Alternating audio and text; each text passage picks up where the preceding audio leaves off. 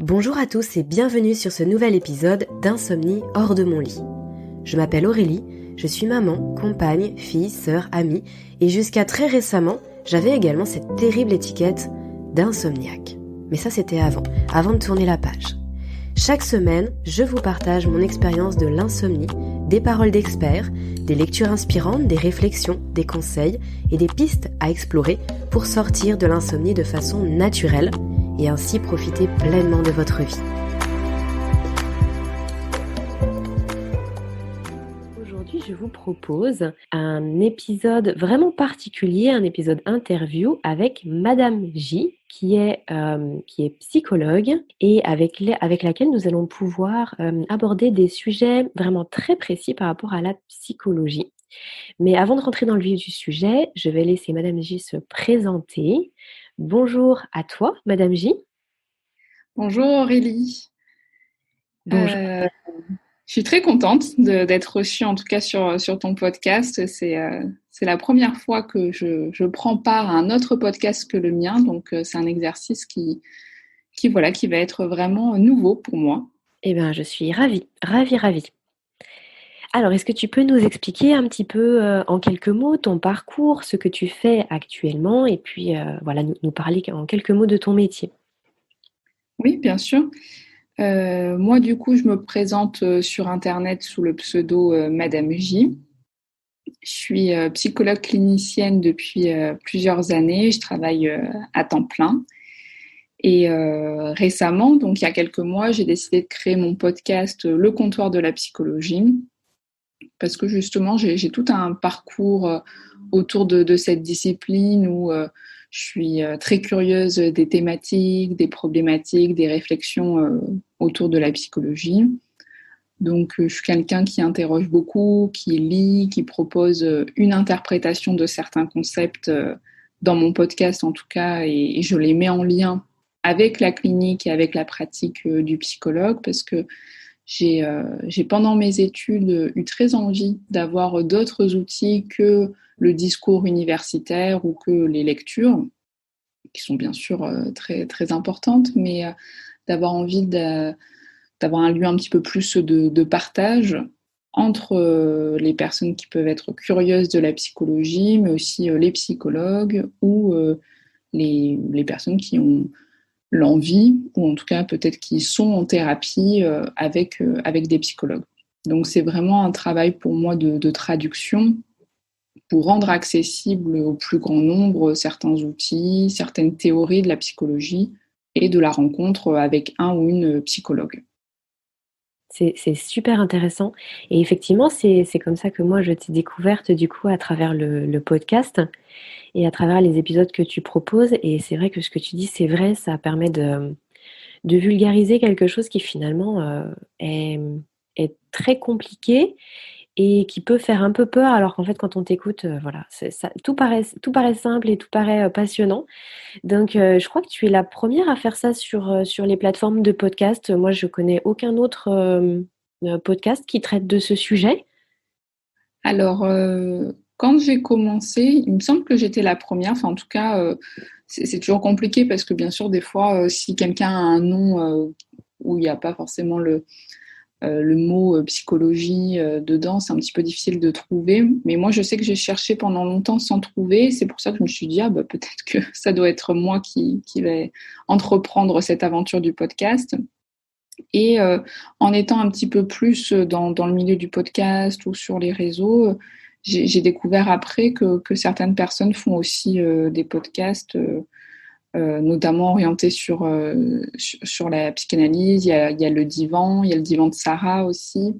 Donc, sous le format que moi je propose, j'ai l'impression d'être la seule, en tout cas de vraiment partir d'un concept ou d'un énoncé qu'on peut retrouver régulièrement en psychologie, et puis de proposer une forme de traduction. Mais en tout cas, beaucoup font des choses aussi très intéressantes avec différents angles de vue. Ok, d'accord. Si je t'ai demandé aussi si je t'ai proposé d'intervenir sur le podcast, c'était bien sûr pour parler du sommeil, mais plus précisément de l'insomnie, parce que d'après mon parcours personnel, mais aussi ce que j'ai pu constater par rapport à à d'autres expériences, c'est que finalement, le fait de consulter un psychologue, c'est quelque chose qui est proposé très rapidement aux personnes qui souffrent d'insomnie. J'ai envie de dire presque aussi rapidement que l'ordonnance. Alors parfois, c'est soit l'ordonnance de médicaments et juste après, la consultation chez un ou une psychologue. Ou alors, directement la proposition d'aller consulter parce que, du coup, effectivement, il y a toute une partie, stress, angoisse qui peuvent remonter chez les gens et puis dans la foulée, il y a l'ordonnance et moi ce parcours, là, il m'a surpris au début. Je t'avoue que je l'ai suivi, hein. J'ai vu une psychologue, au début où vraiment mes problèmes d'insomnie devenaient très compliqués et finalement, je me suis rendu compte que c'était peut-être pas, soit pas la bonne personne pour moi, soit pas le bon moment en fait et du coup, ça m'a fait me poser beaucoup de questions et je me demandais si tu pouvais, peut-être nous expliquer un petit peu, hem, dans quelle mesure c'est intéressant d'aller voir, assez rapidement ou pas d'ailleurs, un psychologue quand on souffre d'insomnie? À ton avis, hein, par rapport à ton expérience, aux personnes que tu as pu suivre aussi, peut-être par rapport à ces problématiques-là et aussi, qu'est-ce qui fait la différence entre aller voir un psychologue, un psychiatre, un psychanalyste? C'est vrai qu'il y a beaucoup de termes, techniques derrière ce qu'on entend, on va dire vulgairement derrière le mot psychologue. Est-ce que tu peux nous en dire un petit peu plus pour nous éclairer là-dessus dans un premier temps? Oui, bien sûr. C'est une question qui est intéressante et qui recouvre un petit peu plusieurs questionnements, je pense, à avoir quand on souffre d'insomnie. C'est vrai qu'en fait, la question principale, c'est toujours de se dire, est-ce que l'insomnie est isolée ou est-ce qu'elle fait partie peut-être aussi d'un tableau de difficultés un petit peu plus grand. Tu questionnes la dépression et c'est vrai que je pense que c'est une question assez centrale parce que la dépression dans l'insomnie existe. Alors elle n'est pas nécessairement causale, c'est-à-dire que oui, dans la dépression, les troubles du sommeil ne sont pas rares parce qu'en fait, justement, quand on est en grande souffrance, c'est difficile de trouver un apaisement nécessaire pour relâcher la nuit. Et à l'inverse, d'ailleurs, il y a aussi certaines personnes qui peuvent souffrir d'hypersomnie, hein, parce que dans la dépression, l'idée aussi de dormir, c'est aussi une façon de faire qu'on n'est plus là, que le temps passe et on n'y participe plus d'une certaine façon. Donc ça dépend aussi de chaque personne. Mais en tout cas, la dépression, elle peut être aussi une des conséquences de l'insomnie, donc dans l'après-coup, parce que quand ça fait des mois qu'on ne dort pas, on a de quoi être en dépression aussi. Donc ça a des Mmh. répercussions sur nos sphères sociales, professionnelles, etc.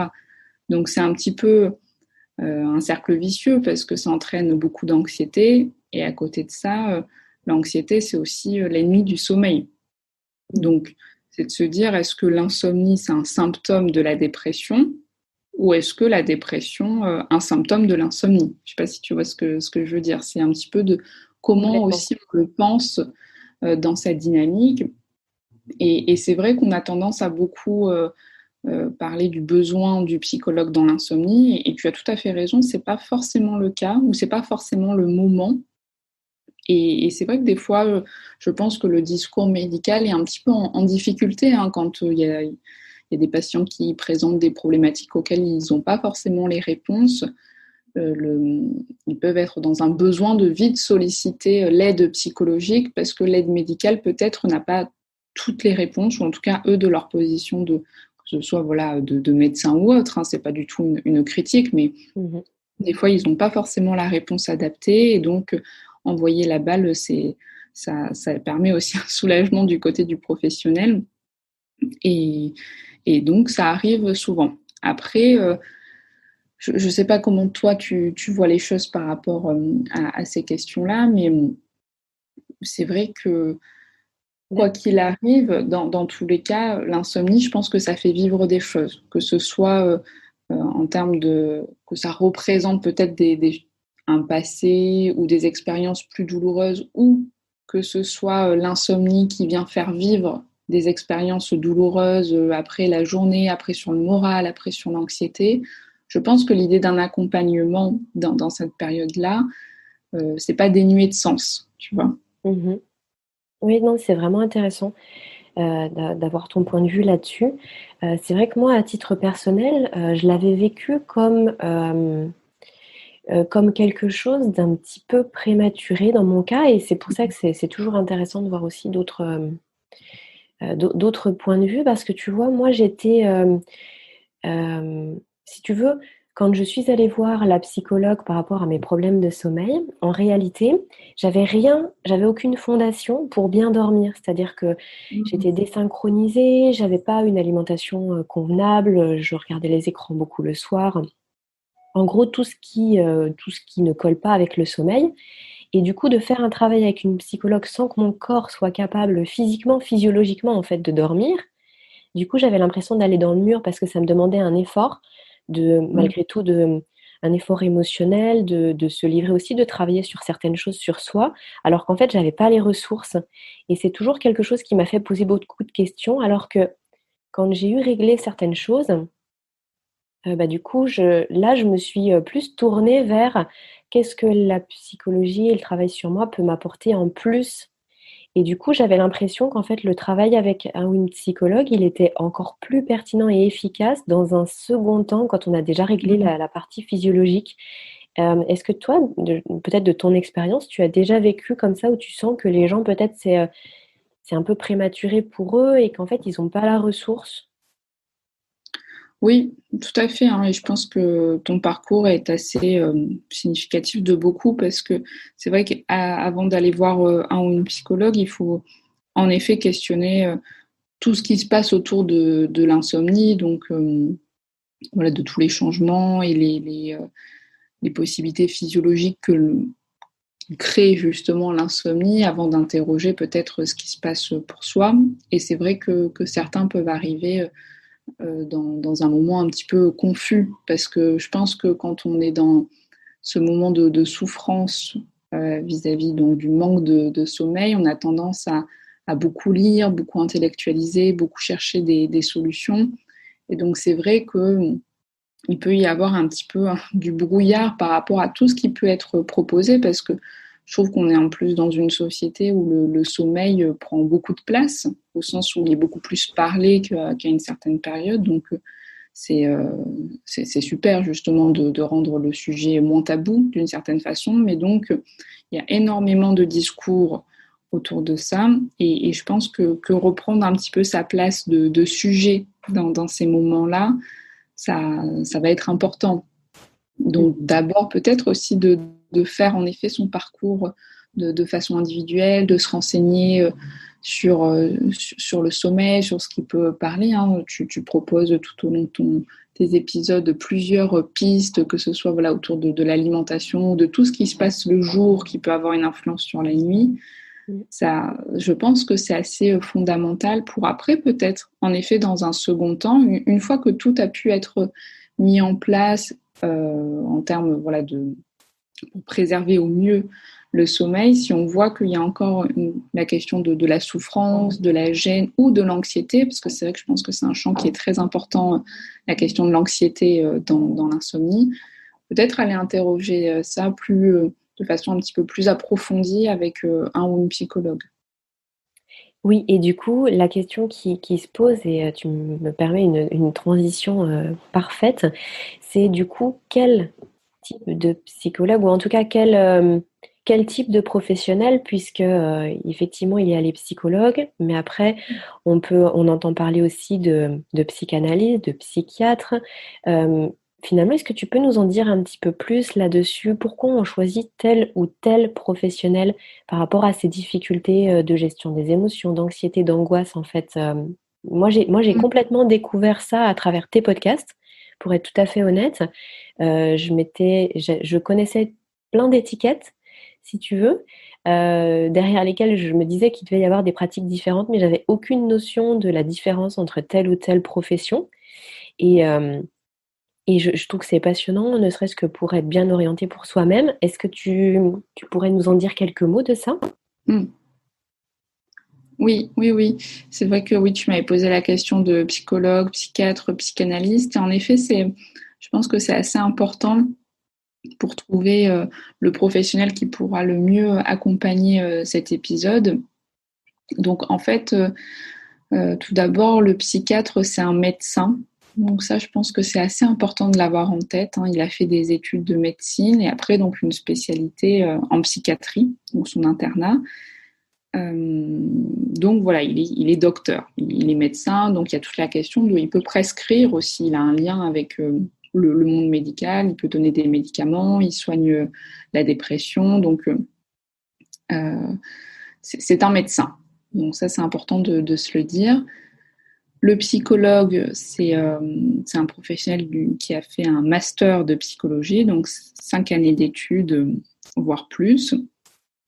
Et donc, il y a plusieurs aussi orientations pour le psychologue, que ce soit un psychologue clinicien, donc comme moi je suis, mais aussi des psychologues cognitifs ou des neuropsychologues, donc qui sont orientés vers des spécialités plus voilà, cognitives, comportementales. Enfin, c'est-à-dire qu'au sein même du métier, il y a aussi énormément de professionnels qui ont des approches tout à fait différentes.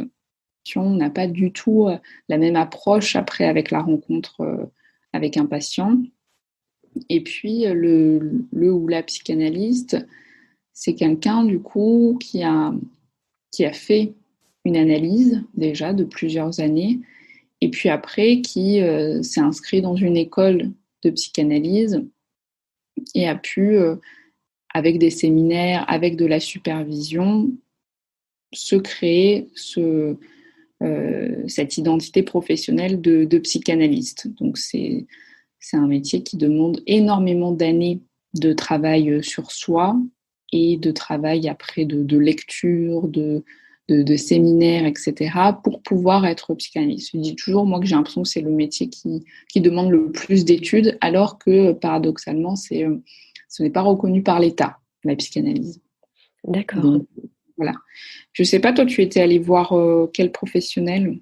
Eh bien, écoute, justement, moi, dans ma démarche, ne connaissant pas tout ça, j'avais regardé sur Internet, j'avais juste tapé psychologue, pris la personne la plus proche enfin, géographiquement, qui était la plus accessible pour moi, et c'est tout, en fait. Et je m'étais pas posé toutes ces questions. Et je regrette parce que du coup, même aujourd'hui, en fait, enfin, c'était peut-être pas la personne qui était adaptée pour moi. Et du coup, je pense que c'est super intéressant de savoir tout ça et de se poser la question de ce qui peut être le mieux pour soi. Et par rapport à l'insomnie, est-ce que toi, tu penses qu'il y a justement, qu'on devrait s'orienter plus ou moins vers tel ou tel professionnel parce que ça correspond mieux à la problématique ou alors c'est en fonction de l'approche qu'on souhaite avoir pour toi? Qu'est-ce qui détermine qu'on peut aller voir de préférence tel ou tel professionnel? Mais qui est assez difficile à répondre de façon universelle d'une certaine manière, parce qu'en fait, il va avoir autant de possibilités de professionnels que de problématiques, que de personnes. Je pense que l'idée, c'est toujours de se dire que au-delà de la formation du professionnel ou de son étiquette, l'important, ça va quand même être la rencontre. Parce qu'on est dans des problématiques qui demandent un lien, une forme de confiance et de se sentir à l'aise avec le professionnel qu'on a en face de nous. Ça va être très thérapeutique déjà. C'est-à-dire que nous, en psychologie, on pense que la relation est thérapeutique aussi. Donc, ça va demander aussi de prendre aussi son temps pour le dire, de se dire bah, qu'est-ce qui me parle? Est-ce que j'ai envie de juste penser l'insomnie en tant que telle et vraiment peut-être d'avoir quelque chose avec des pistes plus comportementales? Parce que c'est vrai que quand l'insomnie elle a été acquise d'une certaine façon, on peut aussi désapprendre. Donc, certains professionnels, donc des psychologues par exemple, ont une orientation plus cognitivo-comportementale, on dit. Donc, ils vont travailler autour de l'idée de permettre une meilleure réponse à quelque chose qui sûrement a été une réponse à un moment donné, mais qui n'est plus adapté aujourd'hui. Donc, peut-être travailler plus sur le comportement en tant que tel et se centrer sur ce symptôme-là. Mmh. Et donc, le thérapeute peut questionner autour des représentations du sommeil, les comportements qui sont associés, les croyances, comment ça peut être directement lié à nos émotions, à une façon de penser, etc. Et donc, le but va être de construire des nouvelles images, des nouvelles représentations pour modifier ce qui ne convient pas. Donc ça va être un type de professionnel. Puis des fois aussi de se questionner comment en fait on perçoit l'insomnie, c'est-à-dire est-ce que c'est uniquement ce qui nous arrive en ce moment? Est-ce qu'il y a d'autres choses aussi qui se jouent peut-être dans l'insomnie? Est-ce que peut-être il y aurait une forme de curiosité ou d'envie d'aller un petit peu plus loin dans cette démarche et d'interroger un petit peu plus le vécu, les expériences? Et donc de trouver peut-être un professionnel qui va proposer une étude plus analytique de son histoire de vie, de ses expériences, et donc une écoute peut-être qui va pas forcément se centrer uniquement sur l'insomnie, parce que c'est ça qui peut être assez particulier, c'est de se dire en fait pour le moment je suis préoccupée par mon insomnie, et de prendre la décision d'aller voir un thérapeute qui va pas forcément se focaliser uniquement sur l'insomnie. Mais on se rend compte que des fois, quand on interroge ce qui se passe à côté, ça va aussi avoir un lien avec le sommeil, et donc permettre aussi un apaisement autour de ça.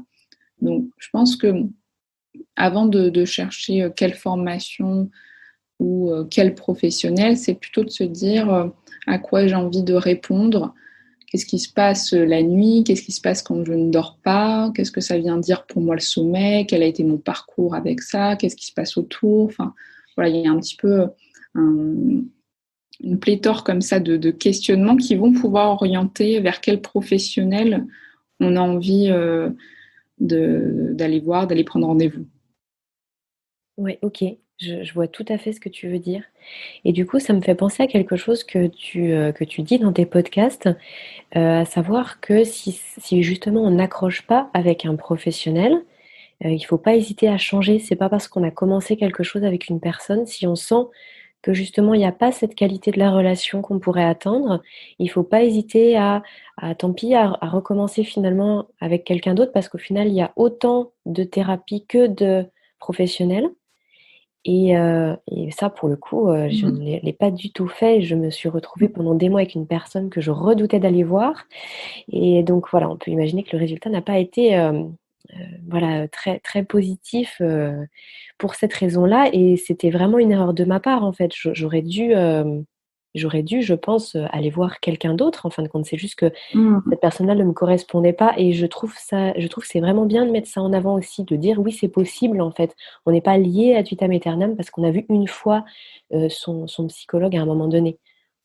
Oui, tout à fait, hein. C'est vrai que en fait, il faut le percevoir comme dans chaque métier, en fait, hein. C'est pas, parfois on prend rendez-vous chez un médecin et au final, bah, il nous convient pas forcément, et donc on va en voir un autre, ou même, je sais pas, un coiffeur. Enfin, chaque métier, c'est quand même aussi, ça passe par une rencontre, par quelque chose qui parle, qui vient prendre sens. Donc je pense que pour le psychologue, d'autant plus, parce que ça va être quand même un lieu où l'espace va être intime, va être contenant. Il faut quand même se sentir à l'aise pour dénouer ce qui nous habite depuis sûrement plusieurs mois, voire plusieurs années.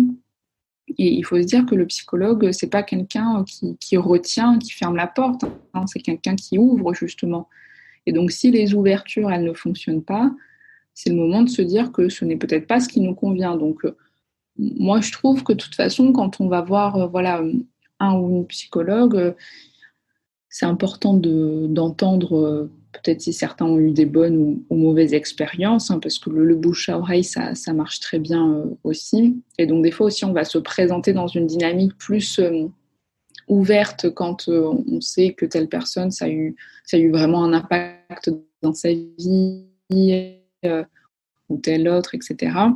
Et puis prendre son temps. Je pense comme dans chaque situation, prendre son temps, être suffisamment bienveillant aussi avec soi-même. On ne dit pas assez, mais se dire, bah voilà, je peux rencontrer tel psychologue et puis je peux prendre rendez-vous avec tel autre aussi. Comme ça, peut-être je fais 2, 3 rendez-vous et puis je choisis un petit peu celui ou celle avec qui j'ai envie de démarrer un travail peut-être avec des potentialités plus thérapeutiques.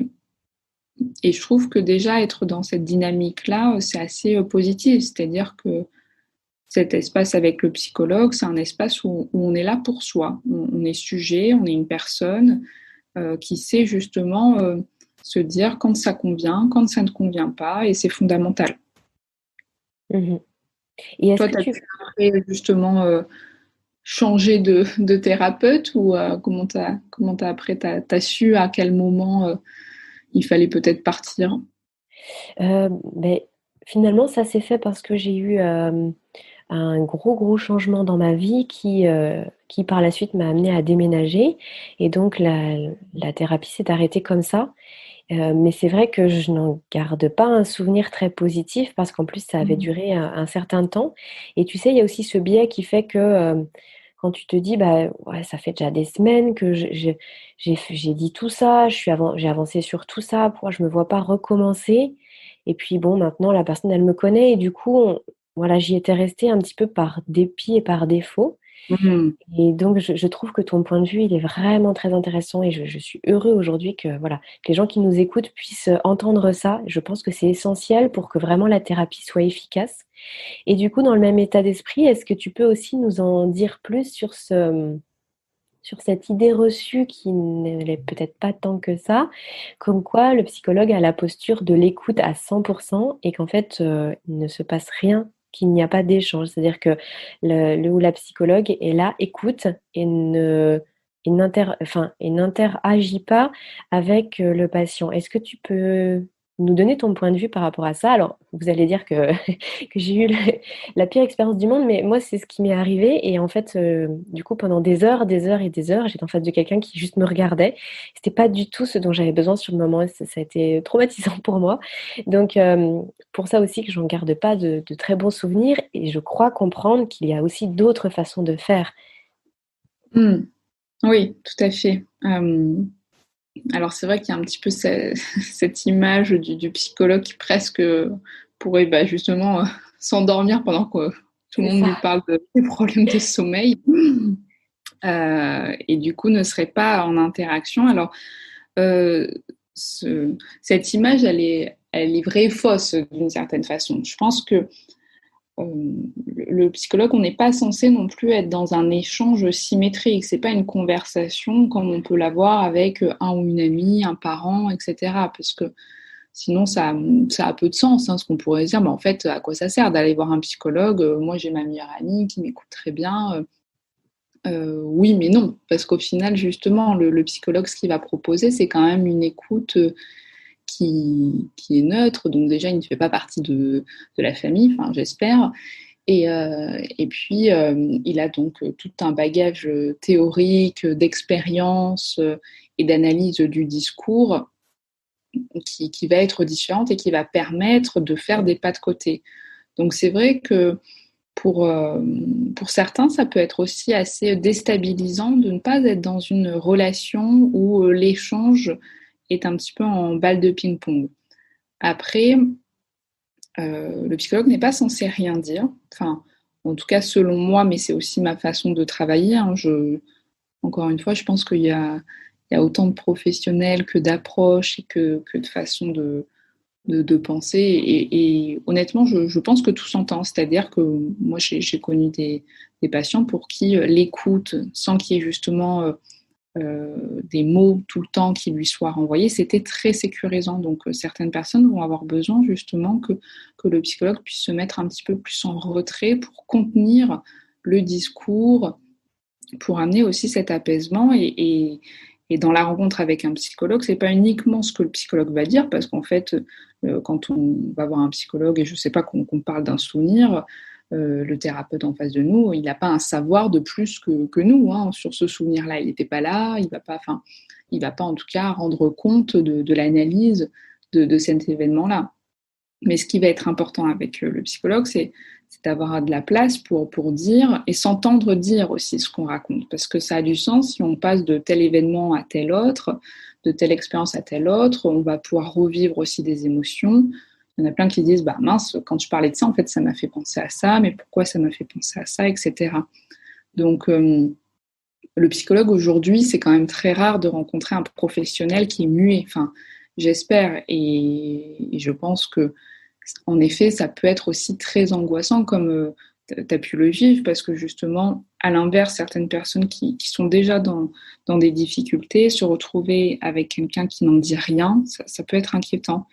Et je pense que là aussi, il faut pouvoir rencontrer plusieurs professionnels. Il y en a même qui sont très bavards et tant mieux, enfin, qui peuvent aussi beaucoup interagir. Et l'idée, c'est que on puisse en parler en fait avec le ou la psychologue, parce que c'est censé être un lieu où justement tout peut être dit avec le moins de filtres possible, avec une aisance.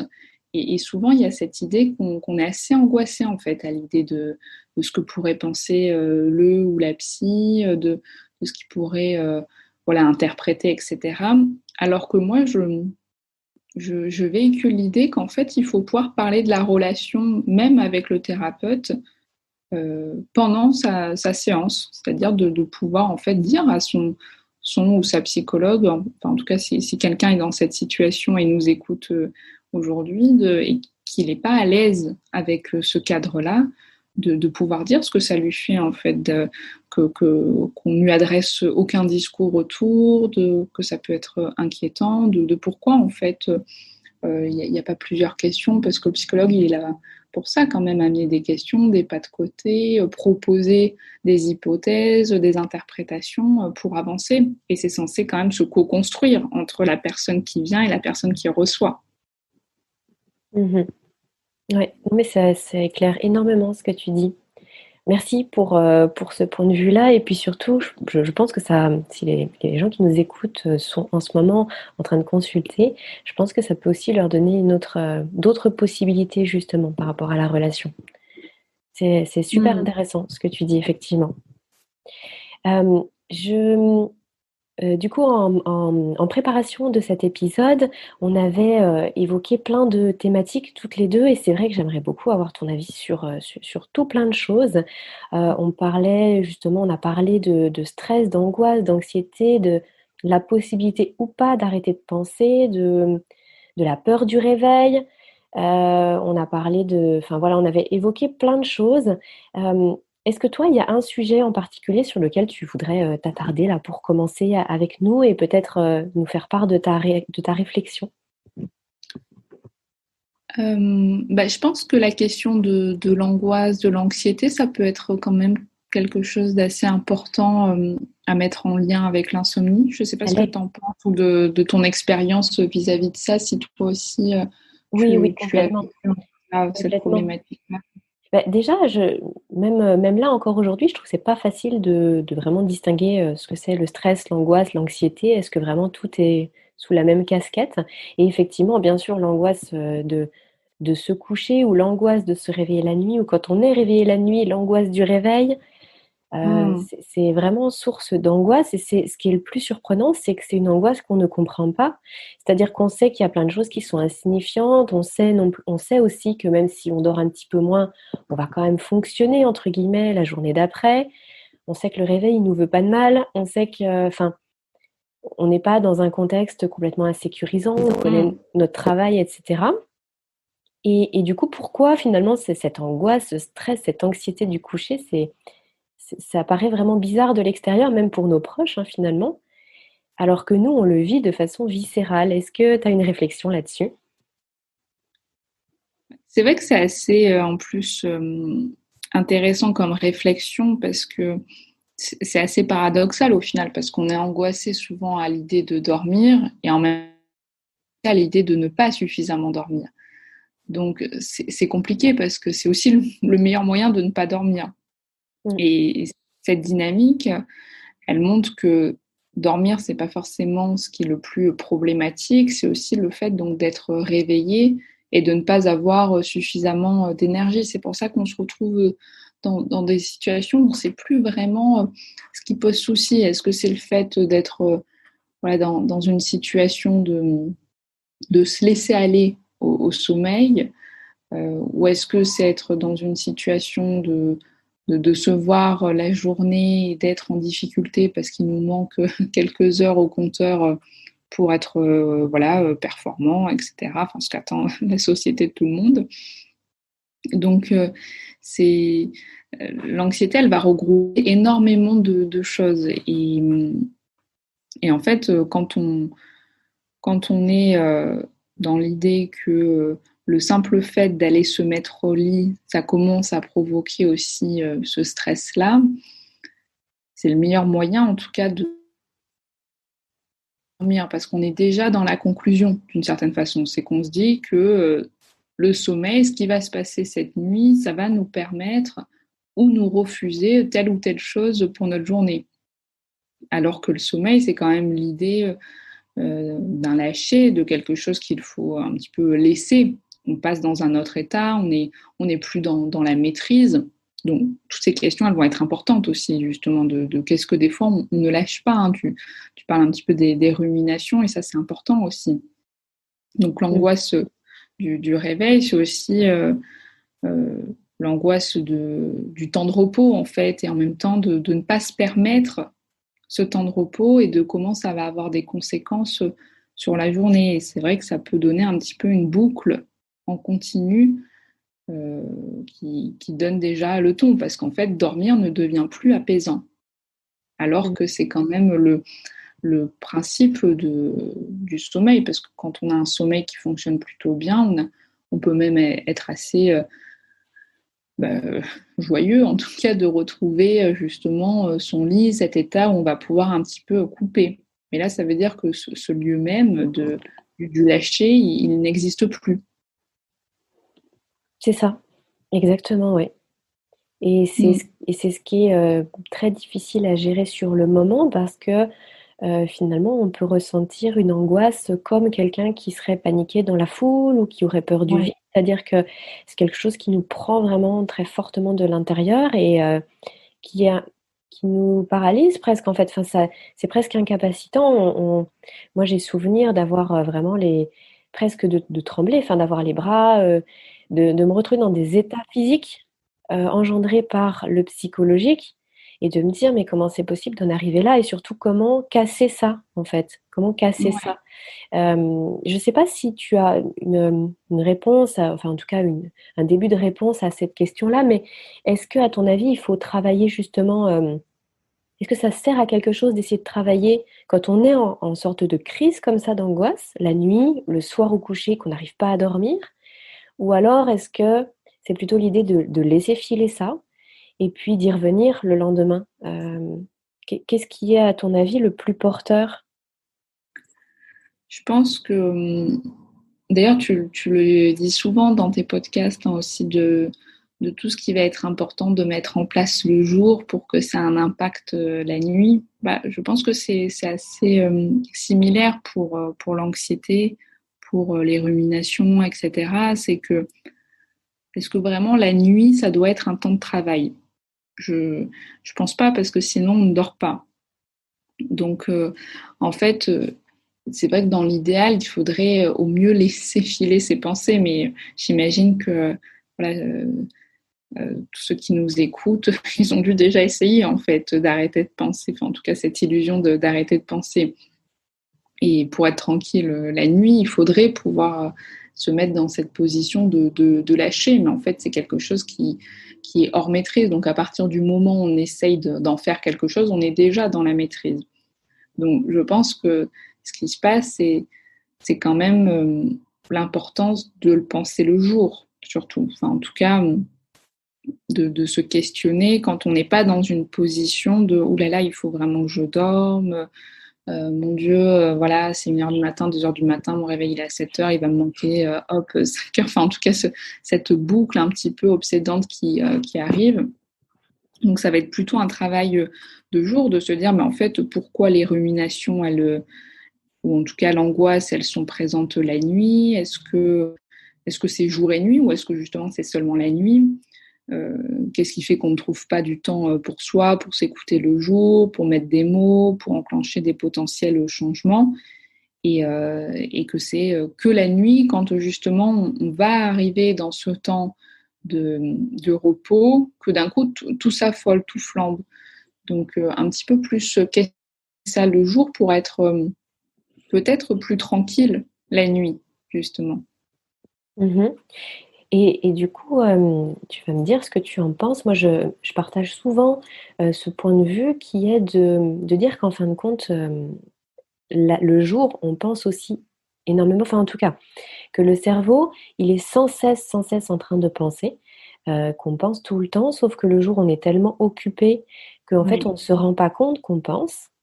Et donc, quand arrive la nuit et qu'on n'a plus rien physiquement à faire, bah, il y a la place complètement libre aux pensées qui finalement se déversent. Et en plus, tout ce qu'on a maintenu dans la journée, ça se déverse encore plus le soir, la nuit. Et donc souvent, moi, je dis aux personnes, soit que je vois dans les podcasts ou à qui je peux en parler, que finalement l'objectif d'arrêter de penser, c'est un faux problème et qu'il faut Mm. plutôt se concentrer sur le cadre qu'on va laisser à ces pensées. Et c'est pour ça aussi que d'un point de vue plus pratico-pratique, je dis souvent aux gens: «Mais en fait, levez-vous, ne restez pas dans le lit, en fait, ça vous permet de déconnecter aussi, de faire autre chose et de se remettre dans le lit après».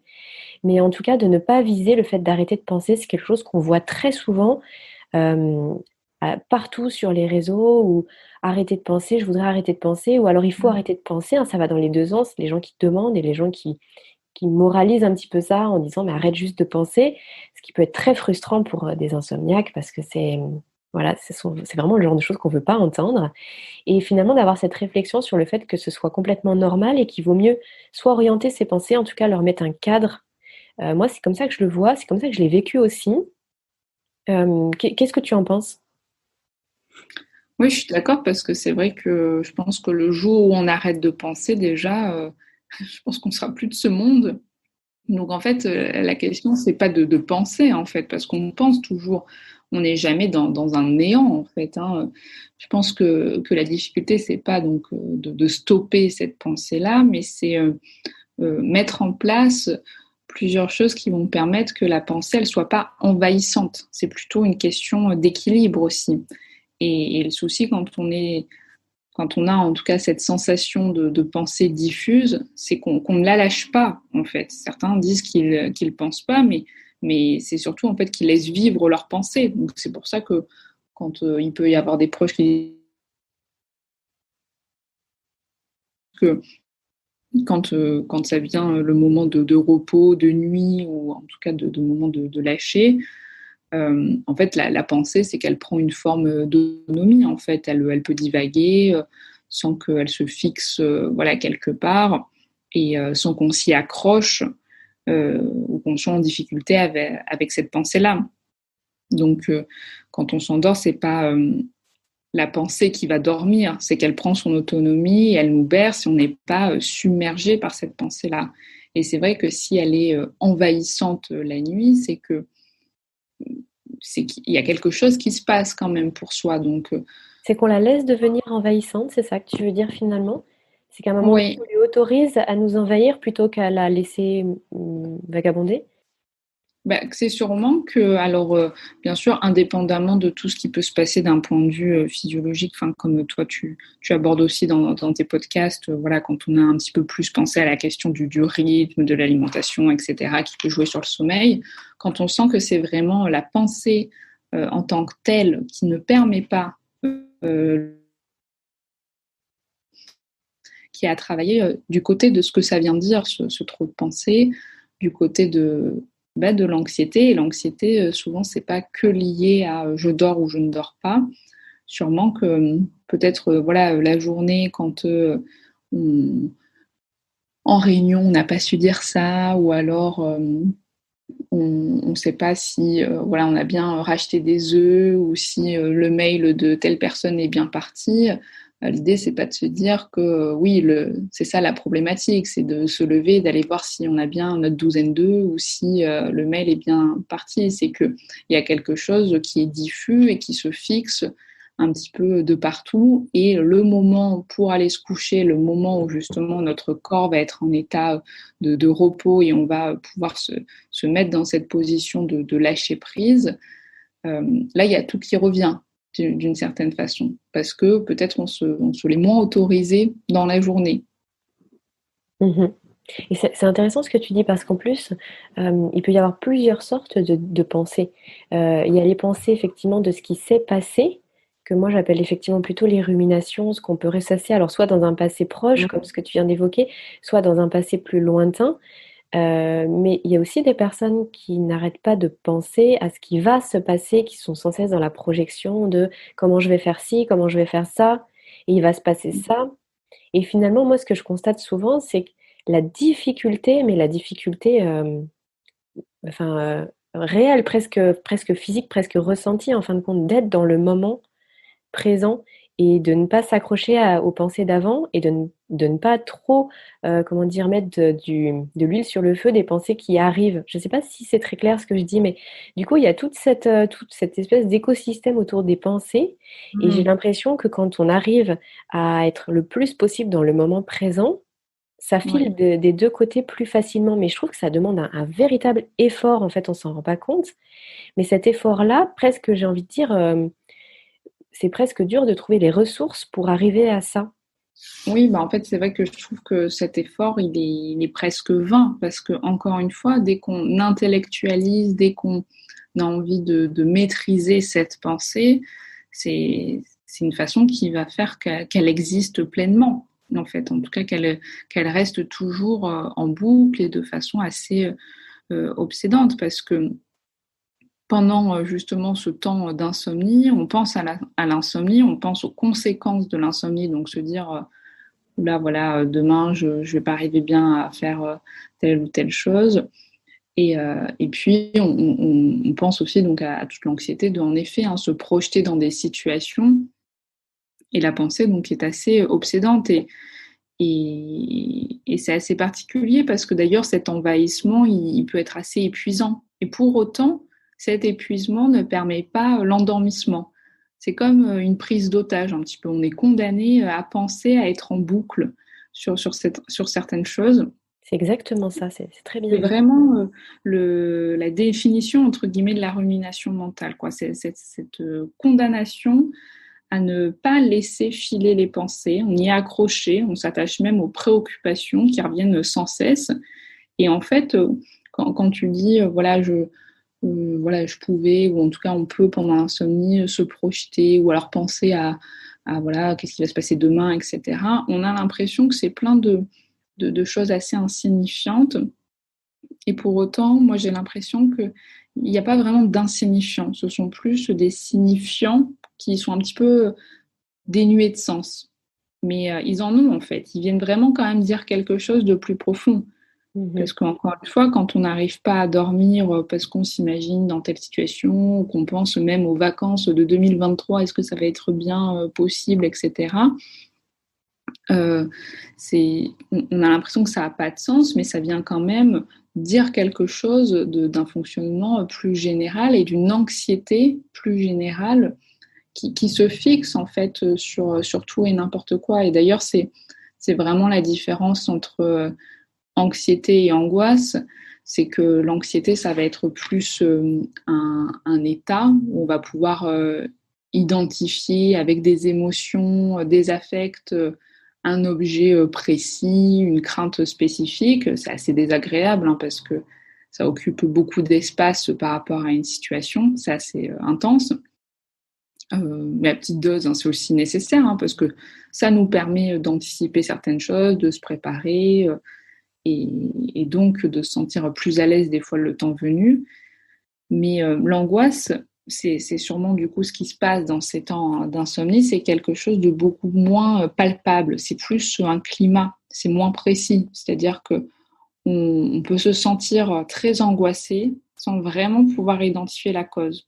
D'ailleurs, on peut Mmh. demander, mais tu angoisses sur quoi? Mais en fait, la personne ne peut pas vraiment dire quelque chose parce que, en effet, elle peut angoisser sur ben voilà, ses vacances de 2023, comme sur la fin du monde, comme sur voilà, cet état un petit peu de malaise, un petit peu, je ne sais pas si tu vois de quoi je parle, mais un petit peu cette boule Si, dans le ventre, c'est très complètement. corporel même, Mmh. l'angoisse. C'est justement cette impossibilité à vraiment saisir ce qui se passe pour nous, saisir ce conflit en fait. Et ça, donc, ça vient beaucoup la nuit parce que ça a ce climat plus corporel, en tout cas. Et Et c'est peut-être aussi ce qui fait justement qu'on ne sait pas non plus pourquoi ça s'en va. C'est vraiment ce caractère que tu évoques, la propre à l'angoisse, de ne pas forcément être capable de mettre des mots ou de cet état un peu Mhm. qui vient à nous, qui nous prend et qui s'en va finalement comme ça. Et du coup, ça me fait penser à quelque chose qui, moi, m'a toujours énormément marqué. Et j'ai échangé très souvent avec des gens souffrant d'insomnie qui avaient exactement ce même type de problématique. C'est justement le fait de rester éveillé toute la nuit, le sommeil ne vient pas. On a le réveil Mhm. qui sonne à 6h30, on s'endort à 6h. Donc comme si justement, c'est pour ça que ça m'y fait penser, cette histoire d'angoisse qui peut aussi d'un seul coup lâcher sans finalement qu'on comprenne. Parce que d'un seul coup, on a angoissé de 2h du matin à 6h. À 6h, alors que le réveil sonne une demi-heure plus tard, il y a quelque chose qui lâche en nous et on s'endort. Et le réveil Mhm. est catastrophique. Pour toi, c'est lié? Est-ce que tu penses qu'il y a une espèce de corrélation, quelque chose qui, comme ça, qui lâche? Mais du coup, finalement, pourquoi ça lâche un peu comme ça au dernier moment? C'est quand même vraiment surprenant. J'ai jamais réussi à mettre une explication derrière. Mhm. Bah, c'est vrai que c'est possible que ce soit lié. Alors, j'ai pas d'apport, en tout cas spécifique, j'ai pas lu d'études par rapport à tout ça, mais je pense que ça vient quand même bien mettre en lumière aussi ce mécanisme autour de l'insomnie. C'est que donc on est dans cet état voilà, d'angoisse, en plus on est dans cette injonction au sommeil, c'est-à-dire que souvent quand on vit ça, on est, bah, comme tu le dis souvent, hein, cette angoisse du réveil, donc on est presque dans l'obligation de dormir, de regarder l'heure, on a un tas de croyances qui nous arrivent, de se dire bah oui, si je dors pas suffisamment, je vais pas être bien concentrée à ce moment-là, ou je vais pas arriver à me lever, il me faut absolument 8 heures de sommeil, donc là il m'en reste plus que 6, enfin, etc. Donc on a toutes ces croyances-là et donc cette angoisse-là. Et souvent, quand on a fait un petit peu le tour de toutes ces pensées et qu'on en vient à la conclusion presque, bah, des fois, on peut avoir ce côté un petit peu, bon, bah, en fait, je vais pas dormir, quoi. C'est presque une forme de résignation, de j'y arrive pas. Bah, c'est justement des fois dormir qui se produit aussi. Donc, en fait, quand on voit que, bah oui, c'est 5h30, 6h et que le réveil est à 6h30, bah, voilà, quoi. C'est comme si on se dit, bon, bah, on est obligé de lâcher, quoi. À un moment, de toute façon, là, on n'aura pas le sommeil qu'on avait envisagé, le repos suffisant. Mais donc, on relâche aussi, mais inconsciemment, hein, cette pression aussi autour de ça. Et ça peut créer donc des endormissements qui sont juste avant le réveil, quoi. Mhm. Donc, En, il y a en des disant essais. finalement, c'est fichu. C'est fichu, Ouais, donc finalement, je n'attends rien de moi. Et au contraire, maintenant, il faut que je me lève. Et comme l'injonction, elle est complètement inversée, bah, du coup, on dort. c'est ça, exactement. Enfin, en tout cas, moi, c'est ce que je pense. Après, il y a aussi tous des questionnements un petit peu qu'on peut avoir autour du côté plus symbolique, hein, de s'endormir quand en fait on ne peut plus dormir aussi, de qu'est-ce que ça fait en fait de ne pas s'être autorisé aussi cette nuit de sommeil et donc de se laisser aller que quand ce n'est plus possible d'une certaine façon. Parce que c'est vrai que je pense par exemple même, en fait on peut se poser aussi la question de est-ce que c'est une forme d'insomnie aussi, donc toutes les personnes qui dorment la journée parce qu'elles ne dorment pas la nuit, donc c'est-à-dire qu'est-ce que ça signifie aussi d'être réveillé quand tout le monde dort et, euh, et de dormir donc quand tout le monde en fait est réveillé et donc à un rythme plutôt habituel. Donc c'est des temps où des fois il manque pas forcément de sommeil parce que certaines personnes justement, tu vois, avec cette angoisse du réveil, de mince, le réveil est à 6h30, mais qui par exemple au final ont la possibilité en fait, d'enlever le réveil hein, ou de se dire bon bah tant pis, voilà, je peux pas me réveiller, je peux pas aller en cours, ou bon, bah, j'irai pas faire les cours cette fois-ci, je dors. Donc, c'est aussi une réflexion autour du rythme, du temps consacré au sommeil qui peut être perturbé, mais qui est intéressant dans Mhm. le fait que ça met aussi un décalage avec les autres, avec la société, le monde du travail. Donc, aussi, voilà, je ne sais pas ce que tu en penses, toi. Est-ce qu'on parle aussi du même type d'insomnie de ceux qui voilà, dorment, par exemple, le jour quand ils ne sont pas arrivés à dormir la nuit? Il y a quand même un cycle de sommeil et du repos, mais qui justement se fait que quand tout le monde va pour se réveiller presque. Ouais, ouais, ouais, non, mais ta réflexion est vraiment passionnante, effectivement. Je l'avais jamais abordée sous cet angle-là.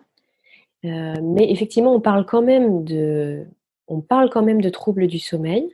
Heu, Peut-être pas insomnie, enfin, disons que derrière la définition, pure et dure, on va dire Wikipédia d'insomnie, ça diffère un petit peu, mais en tout cas, ça reste quand même un trouble du sommeil dans le sens où le corps est physiologiquement programmé pour dormir la nuit et c'est justement ce que montrent toutes les études récentes sur les 10 dernières années qui sont liées à la chronobiologie et le 3 heures, dormies de nuit ne valent pas 3 heures de jour, enfin, c'est plutôt l'inverse d'ailleurs.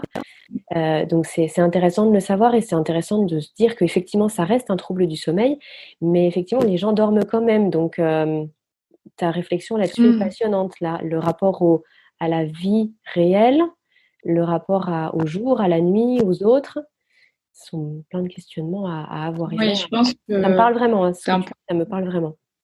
Mm. Oui, d'un point de vue d'ailleurs, individuel, de se poser en fait aussi ces questions-là, c'est un petit peu une piste aussi que je peux amener, c'est, c'est le jour aussi de pouvoir se dire, donc quand on est réveillé, bah en fait vraiment qu'est-ce qui se passe quand on ne dort pas, qu'est-ce qui produit la journée de ne pas dormir, qu'est-ce qu'on fait quand on ne dort pas, parce que alors certains aussi ont une nuit nocturne très vaste, hein. Enfin, en tout cas, Mm. font beaucoup de choses. Et aussi, donc, ce qui est toujours compliqué hein, dans les symptômes, parce que quand ça nous arrive, c'est une grande souffrance, mais en fait, il faut toujours pouvoir quand même questionner aussi ce que ça vient apporter en termes de bénéfices, qui sont des bénéfices qui ne sont pas voulus, hein, bien sûr, mais le fait au final ne pas pouvoir être réveillé quand tout le monde l'est, ne pas pouvoir investir dans des projets, dans de la créativité, parce que souvent certains ont tendance à se dire voilà, si seulement j'avais un bon sommeil, j'aurais le temps pour investir dans tel projet, pour créer telle chose, pour voir telle personne, mais à chaque fois je peux pas parce que vu que j'ai pas dormi de la nuit, bah, je dors la journée. Enfin, il y a tous ces Complètement. questionnements aussi qui sont quand même importants. Encore une fois, qu'est-ce que ça signifie être réveillé pour soi, être dans le rythme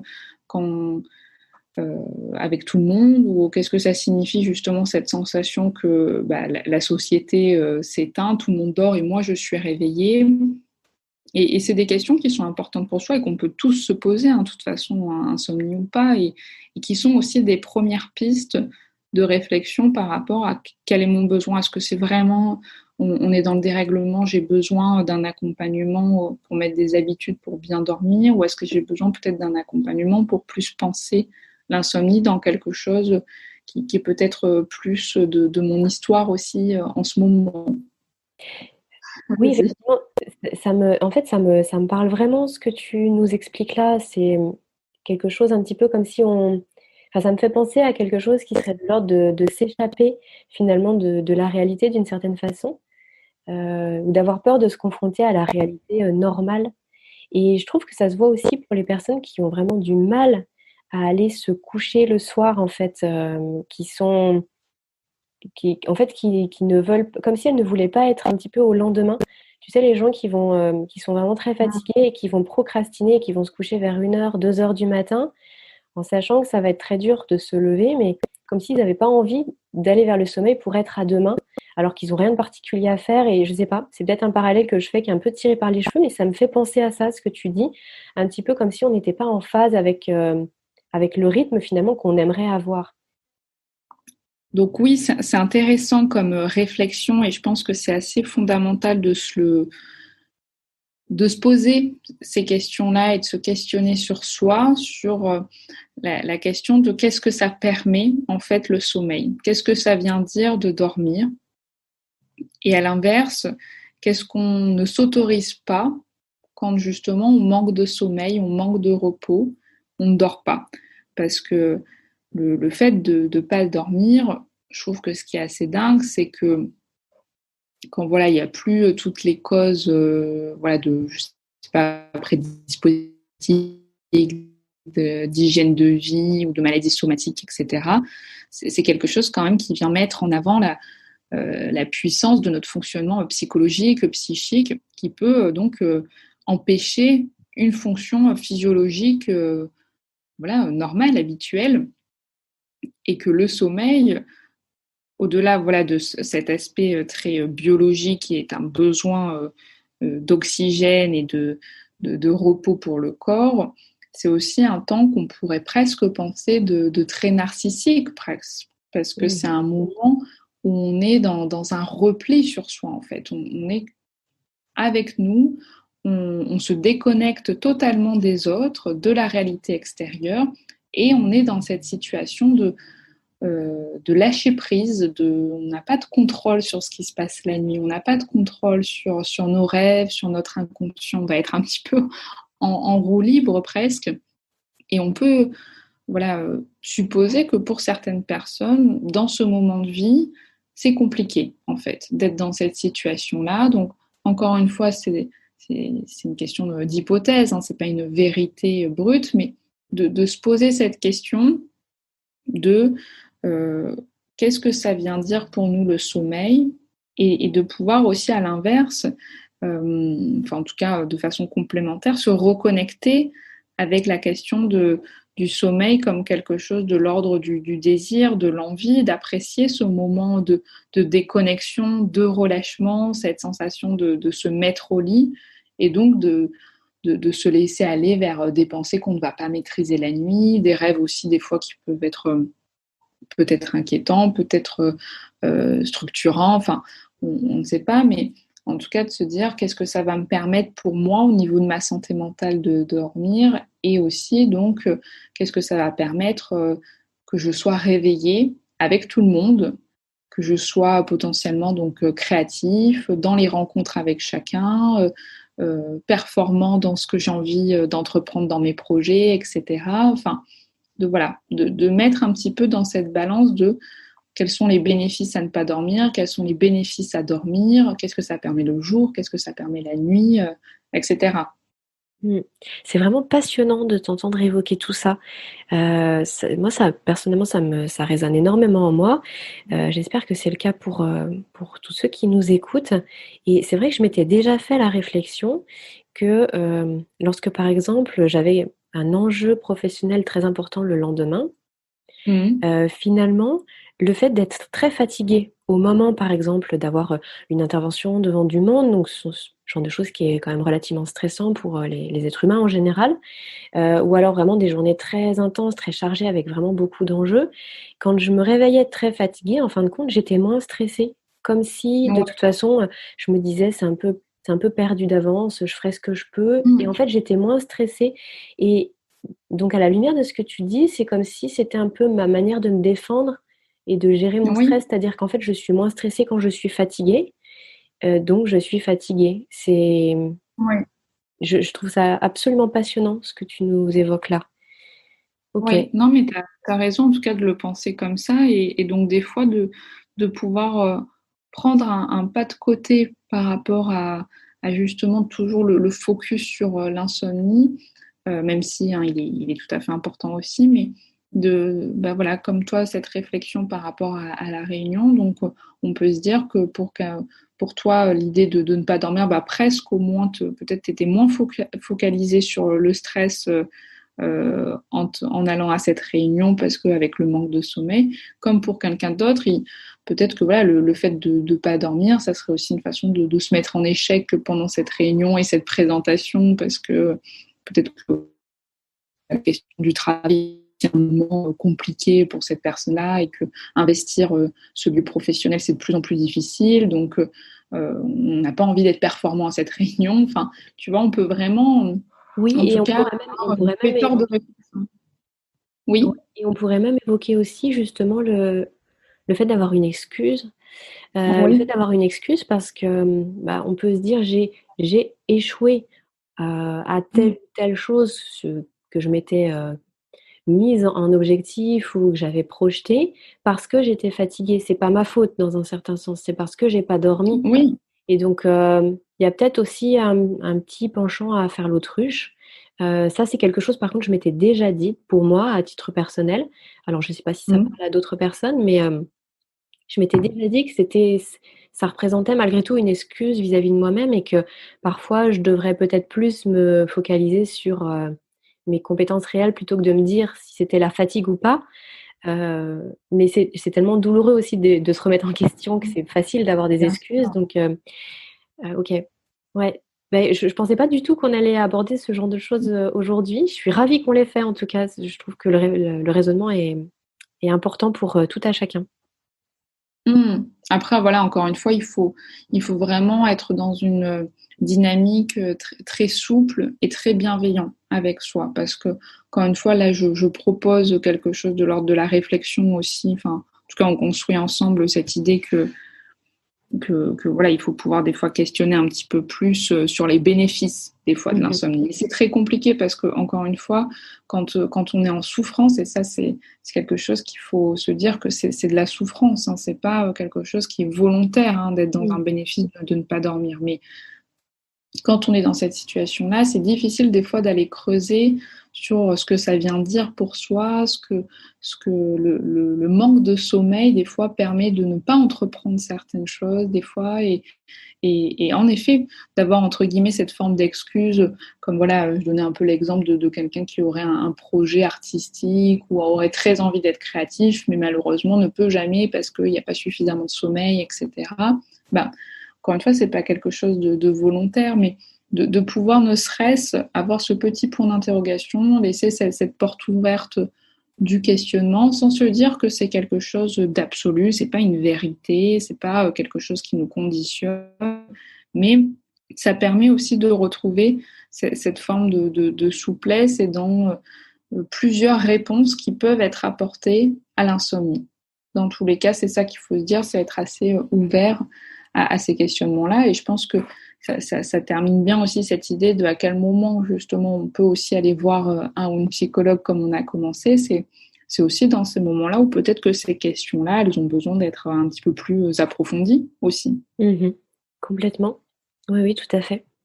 Oui et puis de toute façon, là, tout ce que tu évoques depuis, le début de cet échange, ce sont énormément de pistes de réflexion et après, il y a des choses qui vont résonner en certaines personnes et pas en d'autres et inversement et c'est aussi à ça que sert justement la thérapie avec le ou la psychologue. C'est de trouver les réponses aux questions qu'on sent qu'il y a quelque chose, un petit moment où ça coince et du coup, c'est sur ça qu'on va creuser aussi et Mm.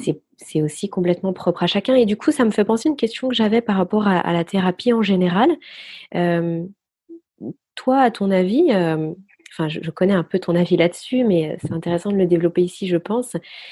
Quelle doit être la durée de la thérapie? Est-ce qu'on peut se dire qu'en 2 fois, j'ai vu une psychologue et ça y est, c'est réglé? Ou alors, «Oh mon Dieu, j'ose pas y aller parce que je vais en avoir pour 10 ans».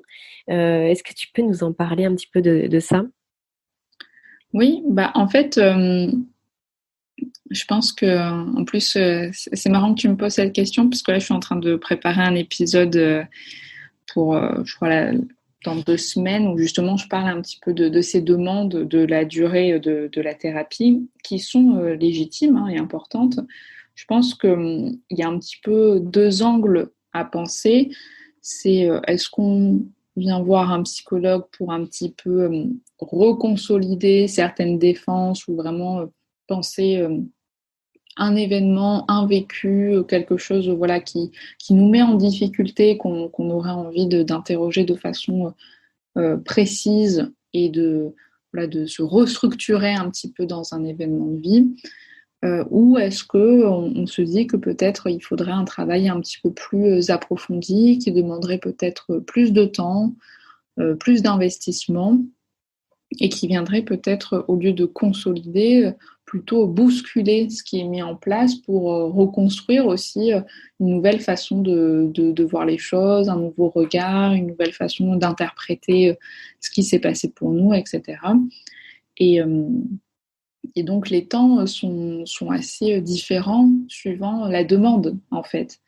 Après, moi, c'est vrai que je fais partie, mais bon, ça, c'est à titre vraiment professionnel, mais voilà, des psychologues qui ne donnent pas de temps de thérapie, mais certains le donnent, hein, justement, quand ceux qui sont un petit peu plus dans une approche cognitivo-comportementale, donc ils vont plus travailler avec des outils pour un petit peu rééduquer ou proposer des nouveaux schémas de pensée, etc. Là, peut-être que certains professionnels peuvent plus dire, bon ben voilà, en 6-8 séances, déjà, il y a peut-être du changement qui peut être opéré. Mais ça, c'est vraiment très en fonction de la demande du thérapeute et, euh, et de son implication à ce moment-là. Mais c'est vrai que ce qui est sûr, c'est que si on est allé voir comme ça une ou deux fois un psychologue et qu'on se dit, ah bah, vraiment, ça ne fonctionne pas du tout, j'ai envie de dire que je suis assez d'accord. Ça ne fonctionne pas en une ou deux séances. Et des fois, on aurait envie, hein, mais c'est le biais de chaque envie aussi et que de consommation et que la société en plus amène beaucoup, quoi. On aimerait des fois voir un professionnel se dire voilà, en une séance c'est bon, ça fait voilà, on peut s'imaginer comme toi 15 ans d'insomnie qui disparaîtrait comme ça en une séance et malheureusement c'est vrai que c'est pas possible. Oui, effectivement, non, mais ça fait du bien d'entendre ça aussi. Et puis, comme tu disais à juste titre, je pense, au tout début, bah, il y a plein de choses qui se co-construisent aussi finalement dans la relation avec le psychologue. Et donc, peut-être que même si au début, on se disait que ça allait peut-être pas durer longtemps, bah, finalement, on découvre d'autres choses et ça peut bah, finalement prendre plus de temps et c'est tant mieux. Mais après, partir avec l'inquiétude que ça puisse durer pendant des années, bah, c'est peut-être aussi se mettre des freins par rapport à quelque chose qui peut finalement se débloquer assez facilement puisque il n'y a pas deux personnes qui fonctionnent pareil et donc c'est vraiment très individualisé. Oui, Euh, et je pense que pour rebondir, il y a vraiment l'idée que à partir du moment où on vit l'insomnie ou en tout cas ces problématiques autour du sommeil ou même d'autres problématiques, hein, que ce soit autour de l'anxiété ou autre, c'est souvent quand même quelque chose qui a pu des fois s'ancrer depuis plusieurs années, qui s'inscrit des fois aussi de façon peut-être plus silencieuse pendant des mois, voilà, voire années. Et donc, moi, je comprends tout à fait. Tout le monde peut comprendre hein, cette envie d'aller très vite, que vite ça s'arrête, parce qu'encore une fois, ça fait souffrir. Et on aimerait qu'en 2-3 exercices, ça puisse disparaître. Mais encore une fois, je pense que se laisser du temps, de la bienveillance avec soi, avec ce qu'on est en train de vivre, le fait de s'écouter, de trouver son propre chemin, qui ne sera jamais en fait le même qu'un autre insomniaque ou qu'une autre personne qui vit de l'anxiété, ça va être quand même assez important parce que il va falloir aussi accepter que les choses elles puissent bouger et parfois on a même envie de beaucoup de changements mais sans rien bousculer, donc c'est compliqué. c'est Et vrai. donc sortir aussi du schéma euh, qu'on a mis en place depuis plusieurs années et qui du coup va demander du temps pour être déconstruit et arriver à cet apaisement et donc entamer un processus un petit peu de transformation. Donc accepter les difficultés, voir de quel côté on a besoin d'aller creuser, d'aller interroger, se laisser le temps des fois de se tromper, de mal faire et puis de trouver. Et ça demande en effet du temps. Et le temps, c'est compliqué quand on en manque ou quand on est dans cette urgence, voilà, du repos, mais ça va être essentiel. Mais je ne peux pas être plus d'accord avec toi. Alors là, franchement, bravo. Vraiment, non, mais enfin, bravo d'avoir su le dire aussi bien et de manière aussi claire. Je suis à 1000% d'accord avec toi. On a parcouru beaucoup de choses, on a évoqué beaucoup de choses là aujourd'hui. Est-ce que toi, tu souhaitais rajouter, peut-être nous partager un point de vue sur un point spécifique? Est-ce que tu souhaites rajouter quelque chose à nos réflexions du jour? Bah écoute, je pense qu'on a fait déjà quand même un bon tour, hein, donc vraiment, moi, voilà, ce que j'avais envie de partager encore une fois dans cet épisode, c'était vraiment l'idée d'ouvrir plusieurs réflexions, plusieurs questionnements, et qui sont en effet, hein, comme on l'a dit à chaque fois, très propres et très singulières à chacun. Et une réponse chez l'un ne sera pas forcément la même que chez l'autre, mais que j'espère qu'en tout cas, nos échanges toutes les deux peuvent permettre voilà, à ceux qui nous écoutent, ceux et celles qui nous écoutent, de pouvoir trouver, encore une fois, la réponse qui est toujours à créer entre soi et puis ce qu'on lit et ce qu'on va pouvoir peut-être interroger s'il y a des besoins, donc plus avec un thérapeute, mais voilà, ou quelqu'un d'autre, hein, parce que c'est vrai que le psychologue, c'est une proposition d'une approche, mais comme peut-être que pour certains, comme toi d'ailleurs, tu as vécu l'expérience où ça t'a pas parlé à un moment donné, et peut-être que même si tu retournerais aujourd'hui, ça te parlerait peut-être pas forcément plus. Hein. Je pense que pour certains, ils vont avoir beaucoup plus de feeling, entre guillemets, avec, je sais pas, la médecine chinoise ou la sophrologie. Mais l'essentiel, voilà, c'est vraiment de s'écouter par rapport à tout ça et que souvent les symptômes, voilà, comme l'insomnie ou comme d'autres, des fois c'est aussi un manque d'écoute quelque part. Mhm. Ben, c'est un très joli mot de la fin. Euh, donc, on disait tout à l'heure que tu as effectivement un podcast, en plus de ton activité d'ailleurs. Donc, c'est comme si tu avais un job et demi. Déjà, bravo pour ça, parce que du coup, c'est énormément de temps que tu investis dans cette activité en parallèle de la tienne. Donc, c'est vraiment super que tu puisses nous partager tout ça. Ce qui serait intéressant, ce serait peut-être pour conclure, pour le mot de la fin, que tu puisses nous partager juste la thématique ou le titre de certains de tes épisodes pour que les personnes qui nous écoutent puissent avoir envie d'aller par curiosité voir ton travail et puis en apprendre encore plus. Est-ce qu'il y a quelques épisodes par lesquels tu penses que ce serait bien de commencer? Euh, donc oui, mon podcast, c'est Le Comptoir de la psychologie. Donc je suis disponible comme Aurélien sur à peu près toutes les plateformes d'écoute. Et alors, il y a plusieurs peut-être épisodes qui peuvent vous intéresser si vous voulez commencer, en lien d'ailleurs avec peut-être un petit peu plus l'insomnie. Ça serait peut-être les épisodes qui concernent... alors, j'ai fait un épisode sur l'angoisse, sur l'anxiété, les phobies, les crises d'angoisse. Donc, il y a 2 épisodes sur l'angoisse qui peuvent être intéressantes. J'ai fait un épisode aussi dernièrement sur les rêves. Et je pense que quand on est justement dans des problématiques autour du sommeil, avoir une réflexion sur les rêves aussi, ça peut avoir du sens hein, pour certains, encore une fois. Et puis il y a des épisodes un petit peu plus sur aller voir un psychologue ou quelle est la différence entre les différents psys, donc que j'ai abordé rapidement ici, mais qui est un petit peu plus développé, ou sur les thérapies, un épisode sur les symptômes aussi. Donc voilà, j'ai commencé il y a quelques mois, donc je commence à avoir pas mal de petits sujets, mais en sachant qu'en plus, je trouve que, encore une fois, pour l'insomnie, donc avoir des hypothèses sur plusieurs sujets, donc écouter ou se renseigner, lire sur d'autres thématiques, des fois ça permet de penser l'insomnie aussi. Hein. Je pense à la question, enfin qu'on n'a pas abordée aujourd'hui, hein, mais qui est plus précise, mais par exemple le traumatisme aussi, quand on souffre d'insomnie, donc si on a vécu un traumatisme, si on a vécu un deuil, donc il y a la dépression, mais il y a aussi des fois toutes les dimensions autour de la culpabilité. Enfin, il y a autant des fois de sujets qui peuvent être pensés au regard et en lumière, donc avec l'insomnie. Je ne sais pas ce que tu en penses toi aussi. Complètement d'accord, effectivement. Complètement d'accord. Et puis en plus, souvent la réflexion, elle se fait même pas forcément sur le moment. Moi, c'est souvent qu'en écoutant tes podcasts, ça me, sur le moment, je me disais oui, c'est intéressant. Et en fin de compte, 2 à 3 jours après, il y avait des choses qui émergeaient. Donc, pour illustrer le fait que vraiment la pensée, elle a son propre rythme en fin de compte. Et finalement, il y a plein de thématiques qui viennent se mettre les unes avec les autres comme des pièces de puzzle et qui font émerger après quelque chose de plus grand. Et donc, voilà, pour rejoindre ce que tu dis, je trouve que c'est très vrai et qu'on peut finalement aborder l'insomnie Mm. sous plusieurs angles et de façon très différente en fonction de sa période de vie aussi, finalement.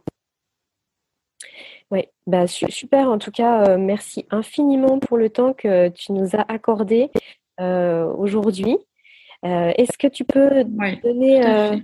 donner tes petites adresses pour savoir où est-ce qu'on peut te retrouver sur les réseaux au-delà du podcast sur les plateformes, mais plus sur Instagram. Je sais que tu es très active sur Instagram. Oui, j'essaie. Je sais que c'est pas de base un outil que j'utilise beaucoup, en tout cas pour proposer du contenu, mais c'est la plateforme en tout cas que je privilégie pour répondre même aux questions. Donc, il ne faut pas hésiter à venir en tout cas me poser des questions là-bas ou me donner un avis, etc. Enfin, je suis très demandeuse en tout cas de partage et d'avis. Et d'ailleurs, voilà, j'apprécie beaucoup ton podcast aussi. Donc, c'est très chouette en tout cas d'être venue discuter avec toi aujourd'hui parce que je trouve que c'est comme ça qu'on avance le plus, hein, de toute façon, en ayant différents regards. On a chacun et chacune des parcours professionnels, personnels différents et de pouvoir les explorer ensemble. C'est, enfin, bon, je trouve ça génial, quoi.